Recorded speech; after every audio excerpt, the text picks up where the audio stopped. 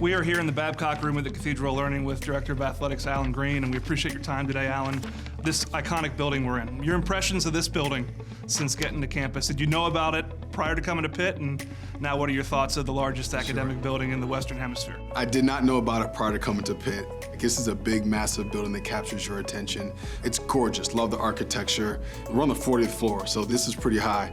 And the views from up here are spectacular, and obviously the work that happens in the building is also spectacular. What about Pitt drew you here? Why Pitt, why now? There's three people who were integral into my desire to pursue this position. One of them is someone who used to work here. And I talked to him and asked him about what it was like living in Pittsburgh. And he said nothing but glowing remarks about the community, about the people, about all the various activities that are here, from arts, obviously to sports, both college and professional, and that you can get whatever you want to in this incredibly genuine city. The other person I had a chance to speak to was Jerome Bettis, and Jerome and I have had a chance to get to know each other over the past couple years, and I think very highly of him. I know this community does as well. He's a tremendous ambassador and couldn't say enough nice things about the city of Pittsburgh, and even offered to make a couple extra phone calls on my behalf because he thought the marriage would be such a good one. And then lastly, Chancellor Gable. Leadership matters. And what I was really looking for was alignment. I understand when talking to Chancellor Gable that she wants athletics to be successful, and she is willing and wanting to be a partner in that process. And that gives us an opportunity to have a chance to be really successful. Baseball runs in the family. You were a baseball player at a school we won't talk about back in the day, but how did that shape you? You're an AD now. You've been an AD at multiple schools. How did your experience as an athlete shape your profession? Professionally, baseball has had a lot of influence on my life, but I'd say more so personally. Baseball is a game that is based on failure. As a baseball player, if you're successful 3 out of 10 times, you're a Hall of Famer. And I have learned to deal with a great deal of failure in my life, but also have this confidence deep down inside where no matter what pitcher I'm facing, if you will, no matter what situation I'm in professionally, I have enough confidence that I'm gonna find a way to figure it out.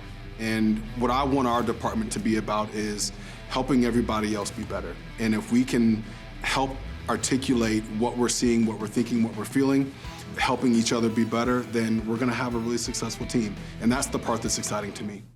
What are the challenges of the day? How do you prepare Pitt to meet that moment and meet those challenges head on? I wish I could tell you what the challenges are every day, because they're different every day. If we were to look at this thing as an umbrella and say, how are we operating and what are we operating underneath? It's the uncertainty of the future of college athletics, not whether there will be or won't be college athletics. I believe that there will be, but what are the rules of engagement going to be? And it seems to be changing every 6 or so months. We have to feel very confident in our ability to be adaptable and to be able to navigate the times that are uncertain and ever-changing. And how critical is fundraising at this point in time? It's always been important, but probably no more time than now. Fundraising has always been important.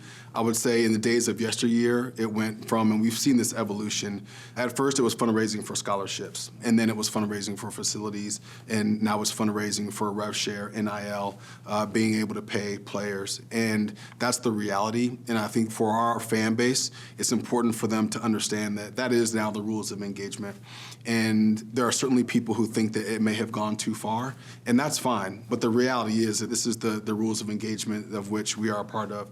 And if we're going to do it, then we need to do it at the highest level. And so I would encourage all of our fans, regardless of their personal position, that they find ways to do what they can to support Pitt athletics so that we can have success with our student athletes and helping make sure that they are productive citizens of society. What's success at Pitt look like for you? Hitting a pure 7-iron is what success is like. And how do you do that, right? And that's a lot of practice. And certainly to our fans, success is about wins and making sure that we're racking them up as quickly as we possibly can. As wins are that pure 7-iron, how do you do that? You have to practice. You have to do the little things really well. You have to do the things well consistently and over a long period of time. You have to learn from your mistakes.